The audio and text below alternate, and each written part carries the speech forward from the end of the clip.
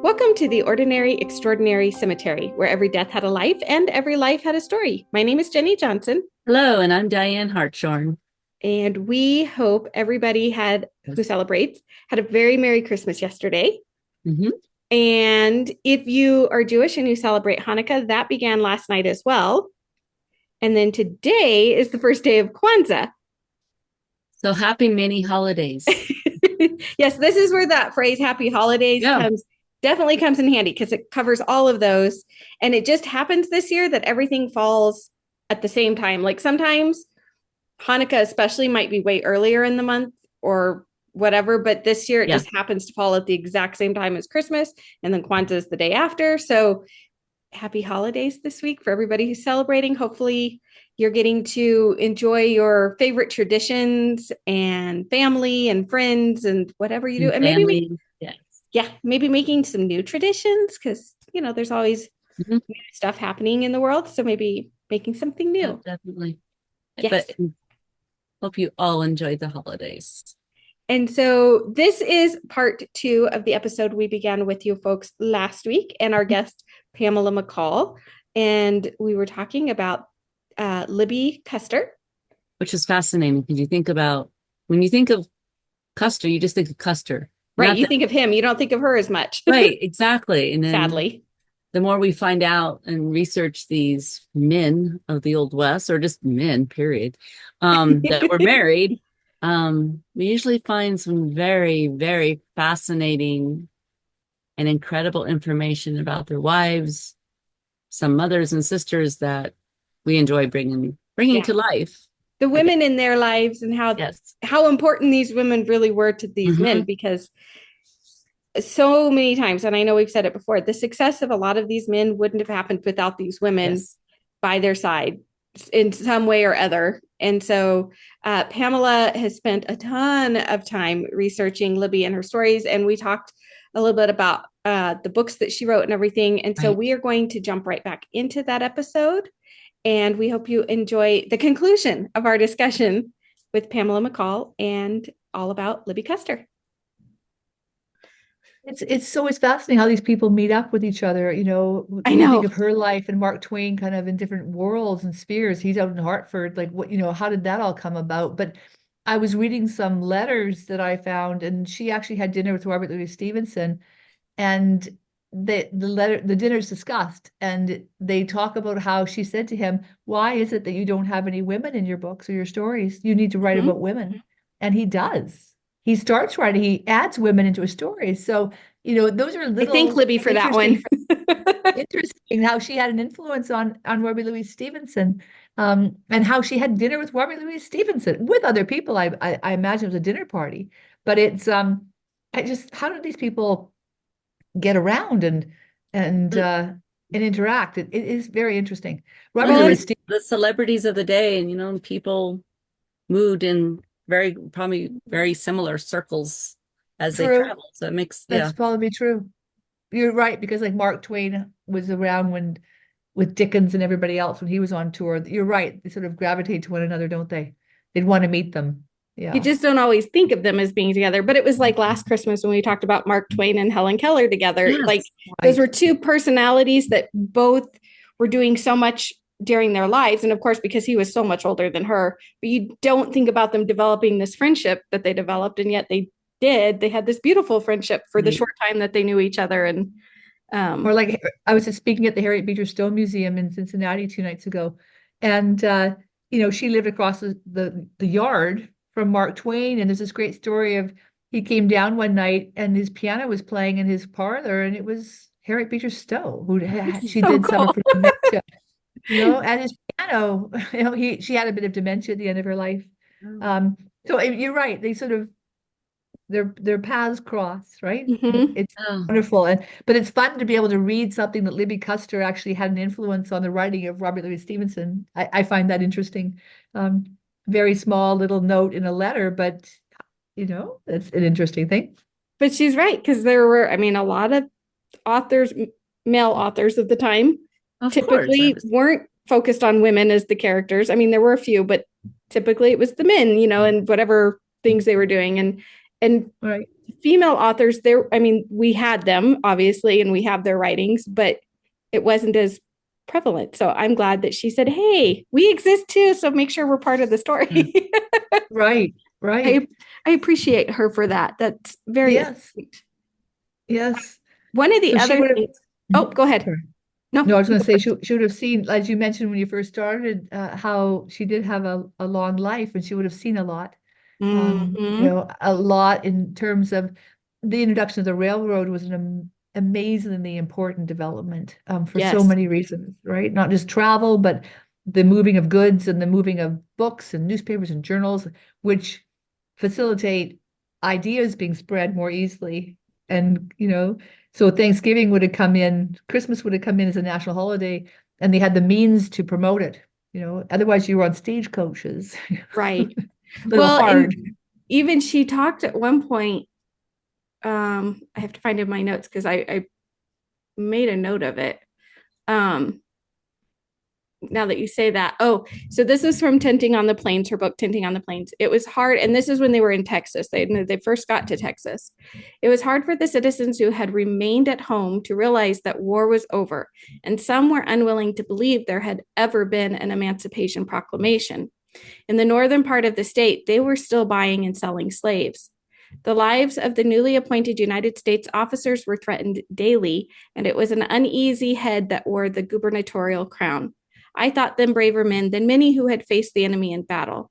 The unseen, lurking foe that hides under the cover of darkness was their terror. So, yes, by all of the technology that she called or saw come to fruition in her life, Mhm. news like this could be spread a whole lot faster than when she first got married and was, traveling the world with, or traveling the Country, which with Custer. I mean, and a lot of the places she went to while they were married weren't even states yet. It was all territory. That's Like right. they were not states and they were working on becoming states. So she's traveling. She saw a lot of the country when you think about it before it was actually even part of the country. It was just territorial. but like you said, she That's was right. born in 1852 and she died in 1933. She saw the telephone, airplanes, Cars. automobiles, trains, steamship. They probably had steamships, but all of that, the bicycle, for God's sakes. I mean, she Yeah. saw so much Yes. from her being on the plains and how they roughed it and survived with what they had to see the progress and the inventions. I mean, to the airplane, it is And war really and war incredible. and war. Yeah, War, she would World have lived War. through the Civil War Uh, and the First World War. She lived through both. yes. Yeah. Yes.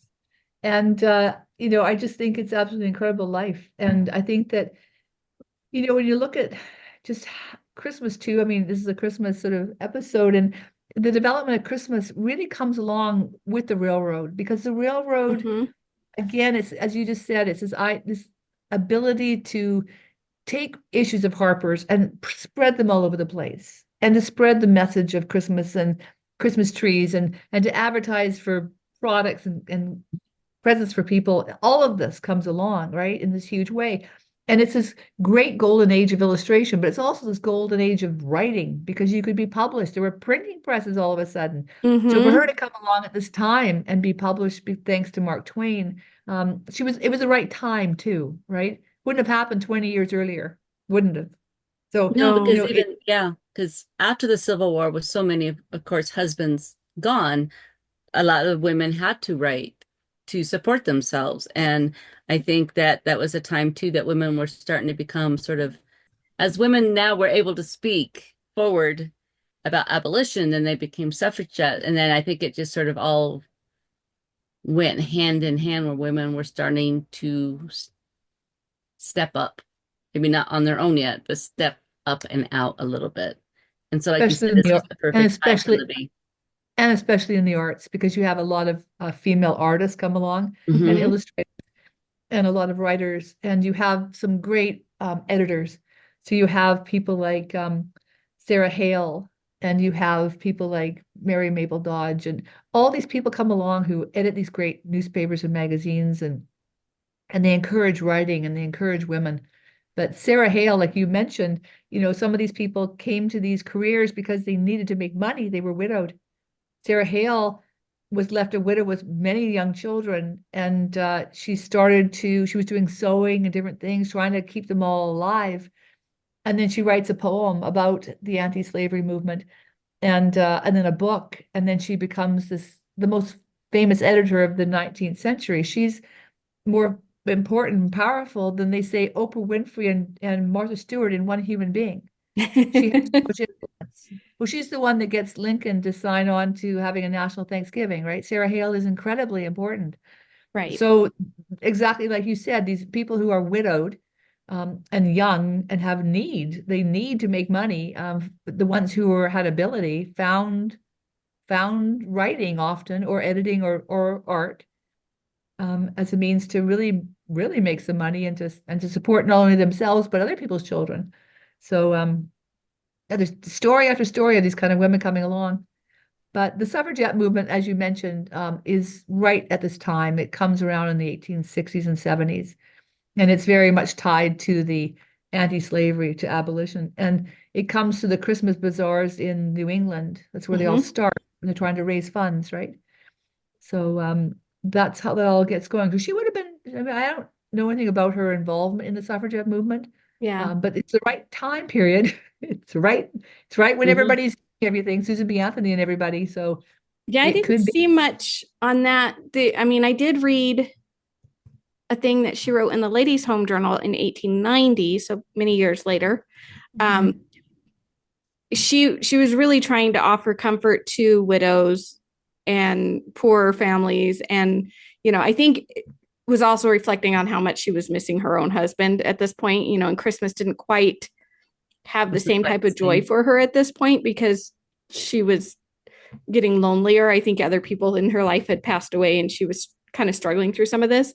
But she writes, I dearly wish that I might enter your comfortable homes and hear of your aims, your blessings, your perplexities, your sorrows, in wishing all the good things this world gives may descend on the households to which the journal goes.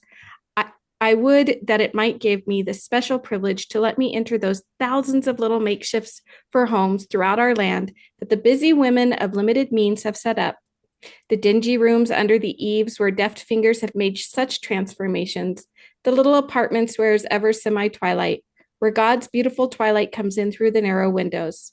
Ah, it is you, brave but lonely women, if any such read these words, that I wish to send my love, and whatever of courage deep felt words can convey. The widows, the girl bachelors, the solitary old maids, all of you who are so much to me, I envy the printed and pictured sheets of this holiday journal, the cheer and comfort they carry. So she definitely was thinking of women and how Yeah. they were living and how they were supposed to go on and make ends meet. And she kind of brings that up in this letter. Um, Mhm. and she says, Mhm. I'm hoping that you have a little bit of Christmas cheer in your life, even with everything that you're doing, you're trying. Yes. Yeah, it's a good example of her writing, definitely.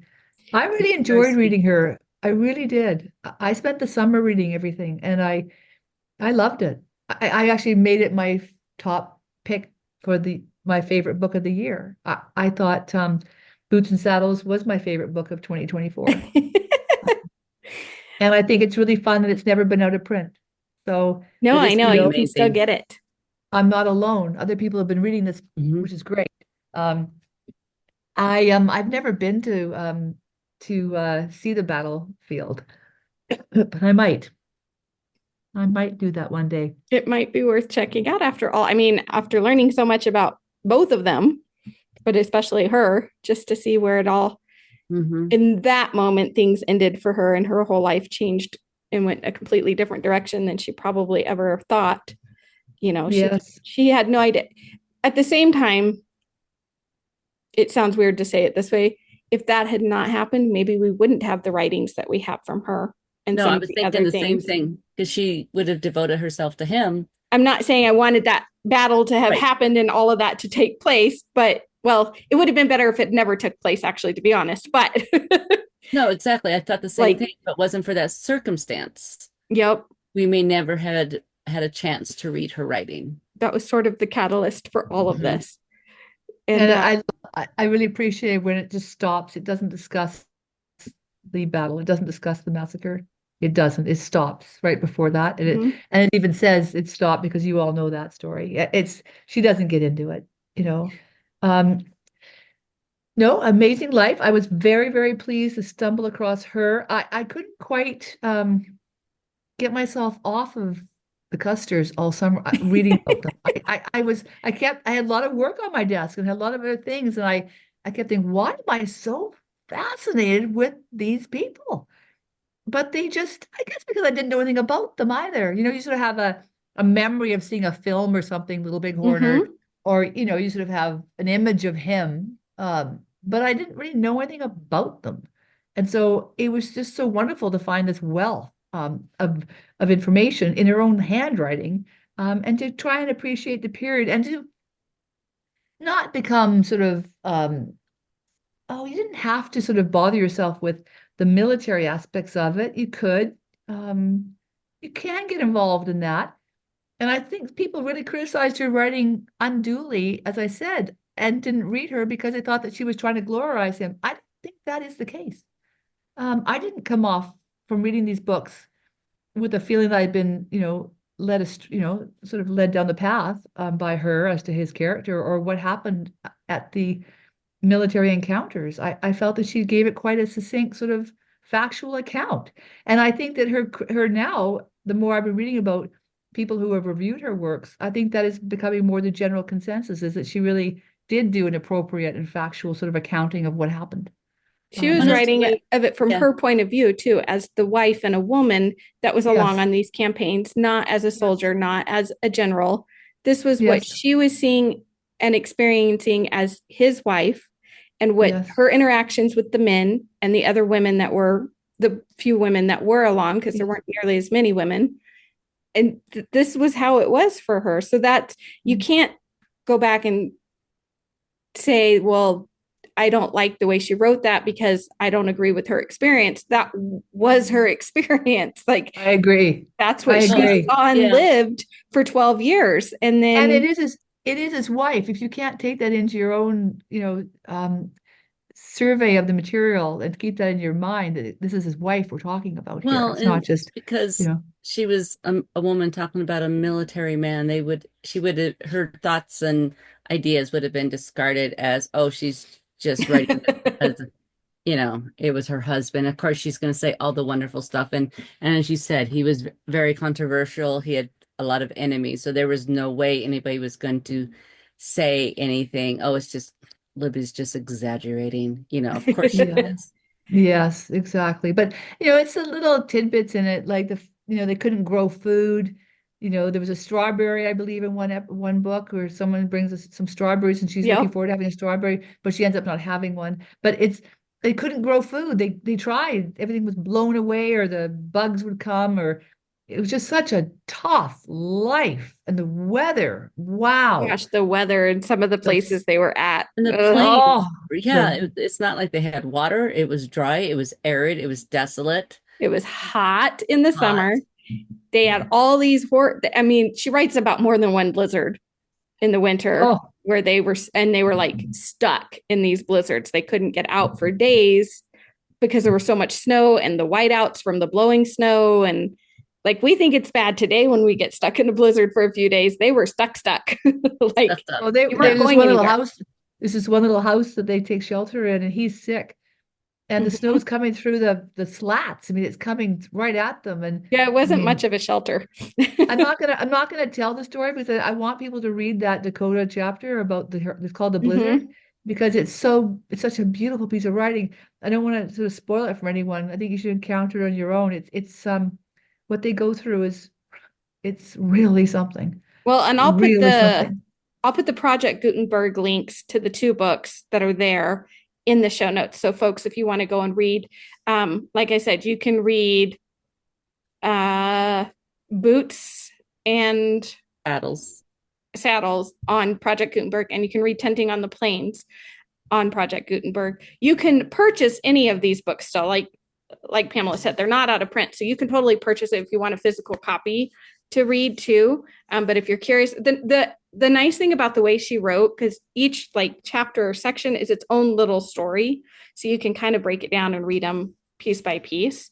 When I first started looking at some of them, I was actually skipping around because I was looking specifically for more of the Christmas related stuff, because we were talking about this. But then as I was started reading it, then I would go back and read something else because I was like, oh, wait, I have to know what happened here. So Yes.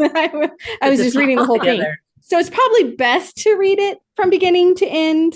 And there is some chronology that goes along with it because she's talking about, in the different books, the start to the end of each one of these parts of their lives. But I was skipping around initially. Like I said, I was looking for Christmas related content because this is our Christmas episode. And of course, you were looking for Christmas content. That's what led you to all of this because you wanted to know more about Christmas on the Plains, which I think I love that you are wanting to know more about that because sometimes I think some of our only experiences with that, except for maybe oral tradition and families and stuff, is the Little House on the Prairie books. Yeah. And Laura Ingalls Wilder. I mean, she does write about Christmas in her books and how they spent it growing up. And that's another version of Christmas on the Plains. Mm-hmm. But there were a lot of other people living on the plains at the time and having different experiences. So I love that you wanted to find out more about that type of Well, Christmas. even reading Libbie's stories, you're not, especially as a woman, you're not necessarily reading military history. You're not reading about Custer. You're reading about a woman's viewpoint of American history, American Western history at the time. So I think it would be, I think we owe it to her. Mm-hmm. I agree with you. There were some other women I found too. And there's some some actually who head to Alaska, which during gold rush. I don't know how they did that. Wow. It was Alaska during the gold rush for anybody was amazing, but for the women especially, yeah. It was we did an episode after I got back from my trip to Alaska on one of the teachers that had gone out there to teach, and it was not easy to do. It was so hard. But this is the other thing I loved about this, and this reminded me of why I started the podcast to begin with, because I was researching the women in one of our mining communities here because I wanted to see life from their viewpoint, not the miners, not the men that made it rich off the miners that were doing all the work. I wanted to know about the women who came and married these miners and then had families with these miners and all the things they did to try and make their life as normal as possible and better, and to support their husbands, and they raised children. And when I go to the cemeteries where they're buried and I see their headstones, my mind is like, what did they do? How did they do this? And I love being able to know that. And so having Libbie's version of things is great because we get to see truly what her life was like for 12 years living out west when the West was still very, very wild at that point. It was definitely not formed yet. No, very scary. Yeah. They have quite a bit of, also reading those moments of like Christmas where they found bits of pieces of peace and time together and enjoying the holiday, or 4th of July was the other one she seems to write a lot about, was their 4th of July celebrations that they would have every year. So she wrote a lot of Christmas and a lot of 4th of July. Yes. And they had music and games and all of these things. They were very much a community. They definitely. I think the Custer's household was sort of the center point, and everyone would come there. It sounded like a revolving door of people coming and going during, especially Christmas. Like, she describes it. You couldn't walk across the square without somebody yelling. But then he would disappear. He didn't want everybody there all the time, but she had to hold fort. It was like host everybody. So yeah, they worked as a team, but he often would sort of go off and do his reading. He also wrote. So, but no, a really interesting time in history for sure. So much happened, so much change, so many positive things too, with all these advances in medicine and transportation. But I lecture, as you know, all the time on Christmas, and I'm always bringing up this period. This is when it really hits America. Christmas comes full bore. It's a development of Christmas trees and and presents, and just so much happens in the 1870s after the Civil War when everybody, comes off the Civil War and they're so tired of death and strife and Mm-hmm. loss and everything. They want to go home, and they want to go home, and they want to be with families. And you have people like Winslow Homer, the great artist, who does a lot of portraits of people, celebrating Christmas at home. And you have Queen Victoria, of course, and Prince Albert with their Christmas tree and all of that. But it's really when it takes hold. It's the 1870s, right in this period when Christmas becomes a really big thing in America and celebrated as a family-oriented event versus a street party, with Right. debauchery and drunkenness and all the Mhm. other things, which is Well, sort of related to misrule and 12th night. So yeah, it really changes. well, it's fun to learn, and you know far more about all this because you've studied this. But what I have learned over the years, it's fun to see how, because this was also the time when America really was taking on more immigrants, and we Right. had people coming from Cultures and stuff. everywhere. And so all of a sudden, these traditions for the Christmas season and Yuletide and Mhm. whatever, wherever you came from, started to meld together. And the Christmas we know now is really a mix of a lot of different traditions from a lot of different places, the Right. foods, the decorations, the songs that we sing, all of those things come together. And this, like you said, this is when it starts to happen because immigration has become, more, we have more people coming from all these other countries in the world because they too are looking for something better. We're Right. trying to heal from the Civil War, they're looking to improve their own lives because their own countries are a mess. And Christmas kind of becomes this bright spot for everybody. It's once a Mhm. year. And then, of course, you have people who write about it. Like, I really think Charles Dickens really helped to push this, with his A Christmas Carol, but he also wrote a lot of other um, Christmas stories. Just that's his most well known one. But I think that's the other thing that helped push it because you had people, the wealthy, who could do lavish Christmas. And then you had these poor families who couldn't afford anything, but it made people more aware of what was going on in the country and trying to take care of each other a little bit more. And Right. Mhm. Christmas was definitely used to push that, I think. And we still use Christmas as a time to be like, hey, we need to be kinder to each other. But it really happens after war. So it happens after Civil War for sure. And then after the First World War, that's when Dickens takes off in America. So it sounds odd, but it's after the First World War that Dickens really comes about. Dickens is 1843 with Christmas Carol. And yes, it's popular, but it doesn't really become popular until the late 1920s. And the reason for that is that Norman Rockwell comes along and does a whole series of paintings based on stagecoaches and this whole romantic. Again, it's this nostalgic wanting to go back to family and old times, which is what happened after the end of World War One.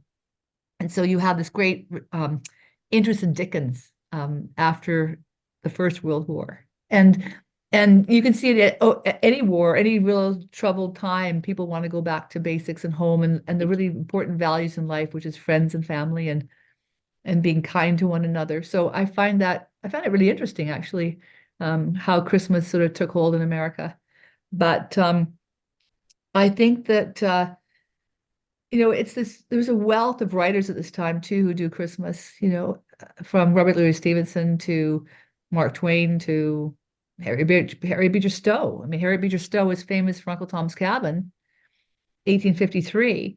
But she writes a lot of Christmas stories in 18 about this period, 1870s, 1880s. She writes about Dolly and Christmas and so I think that's really what happens is the Civil War, the end of the Civil War is what really starts Christmas in America. That's Well, and interesting. it was needed. I mean, we definitely needed it after the end of that war. Hmm. So I'm glad it's something very positive that ended up coming out of something so tragic is we have Christmas to thank for that. So now you had mentioned to us earlier in all your research that Robert Louis Stevenson had written a particular poem and you had offered to read it. And I would love to hear this poem. So if you Yes. want to tell us a little bit about this poem and then read it for us, that would be fabulous. Well, certainly, I'm speaking at the Robert Louis Stevenson Museum in 2 weeks' time when I go out to San Francisco, and I have a collection of his work I'm going to be using. He wrote a piece of work called the Christmas Sermon, which is quite lengthy. He wrote Christmas at Sea. He wrote quite a few things about Christmas, but I just picked this one because it's a lovely little poem, but it's sort of indicative of Robert Louis Stevenson, who was friends with Libbie Custer. It's called Wintertime. Late lies the wintry sun abed, a frosty, fiery, sleepy head. Blinks but an hour or two, and then a blood-red orange sets again.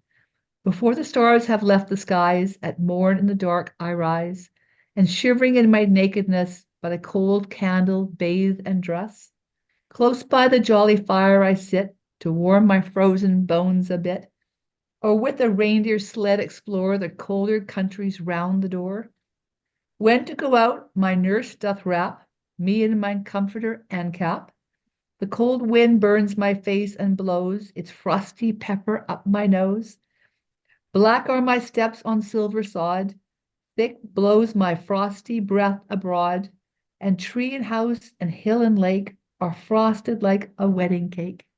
I No. love Robert Louis Stevenson. So he's the one who always said, he wrote, "The world is so full of so many wonderful things. We shall be as happy as kings." It's kind of my creed. The world is full of wonderful things. And if you're out in the middle of the you know, tough Dakota, fields and prairies, there's still joy there. There's still things that they found that made their lives enjoyable. And Libbie Custard, thought fondly of her time out there, even with She all the did. hardships. You know, they found joy, they found laughter, love, beauty.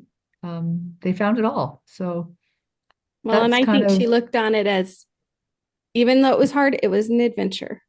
And I think Exactly. for her, again, there were a lot of women who didn't get adventure like that, right? Because it was too conventional and they stayed home and they did things. They weren't seeing things the way she did, but she had an adventure and she wasn't going to let that just go. And I'm so glad, especially since she didn't have children to carry on her legacy. I'm so glad she wrote as much. I mean, she wrote a lot, not just her books, not just what got published in magazines and stuff, but she wrote letters to everybody.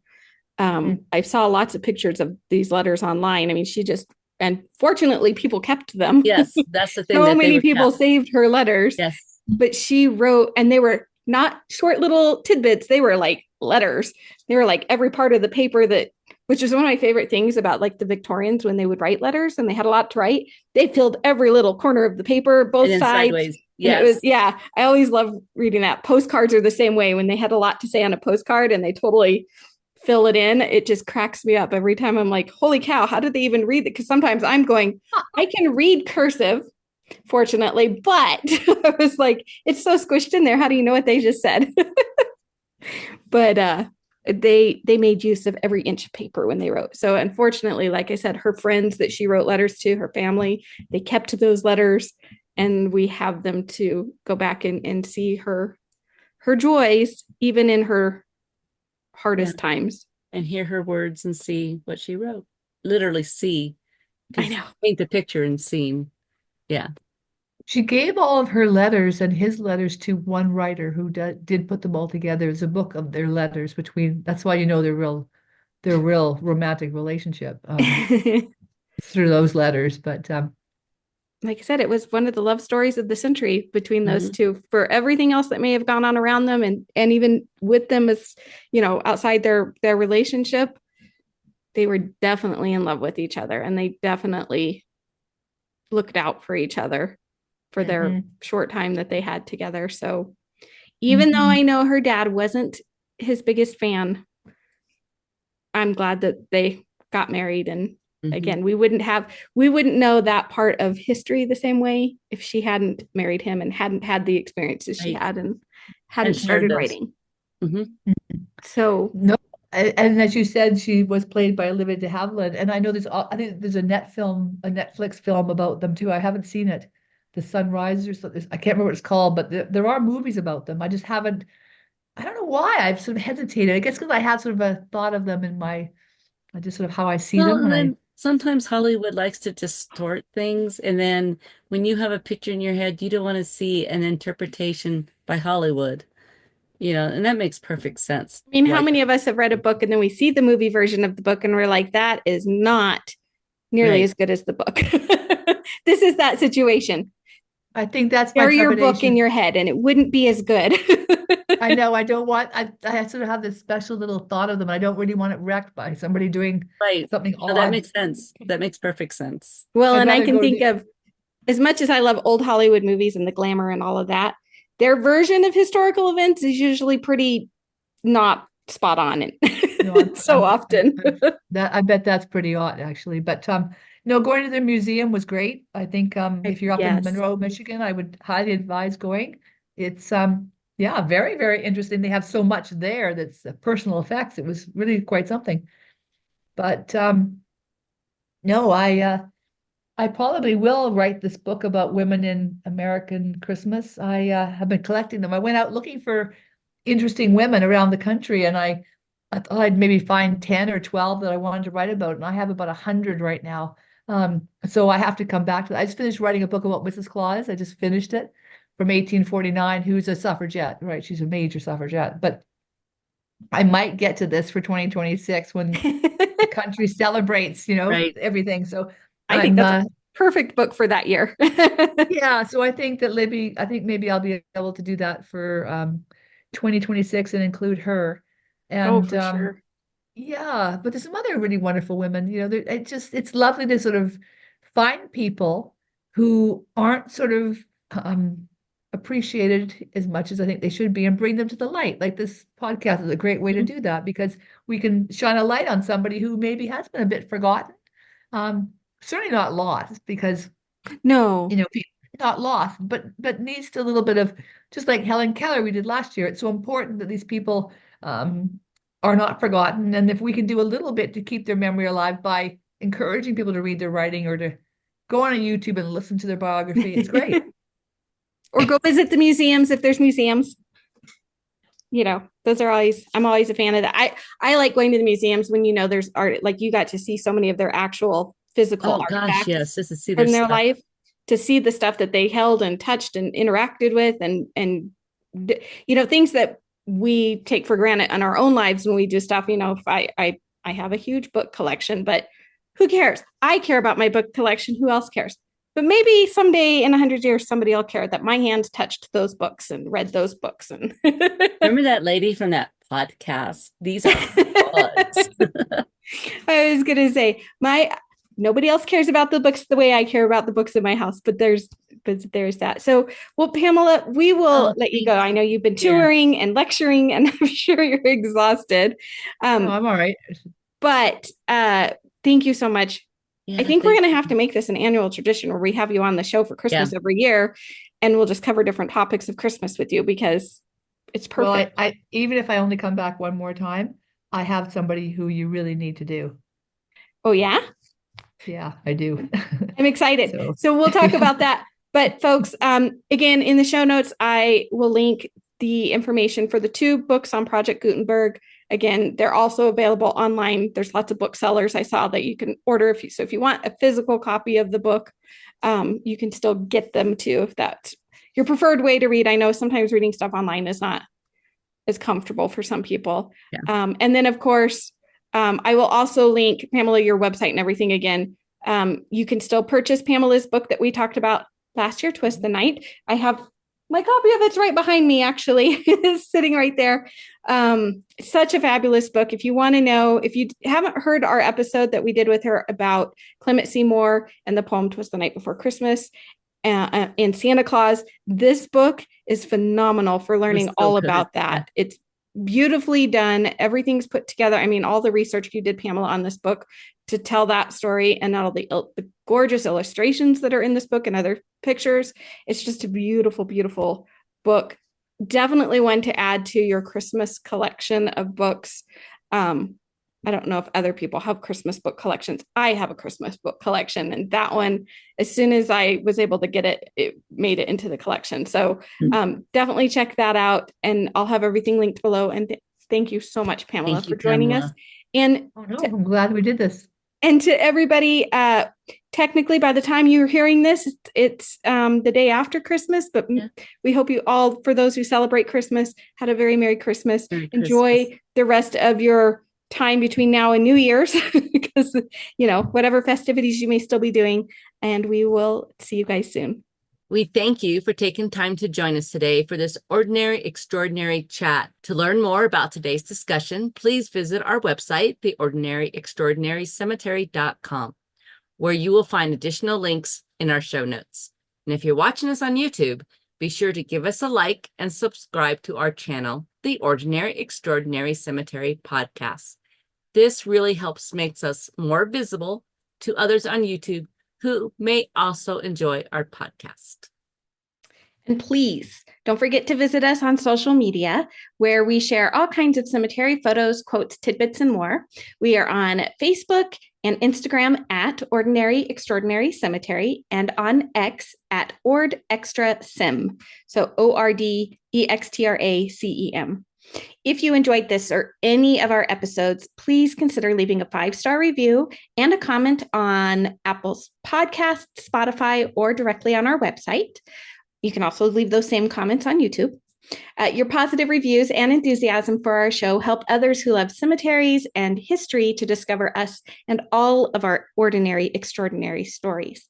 And if you're feeling extra generous and want to help support the podcast in a financial way, you can now buy Diane and I a cup of coffee, either through YouTube or on our website. Simply click on the coffee cup icon and it will allow you to make a donation. Until we meet again.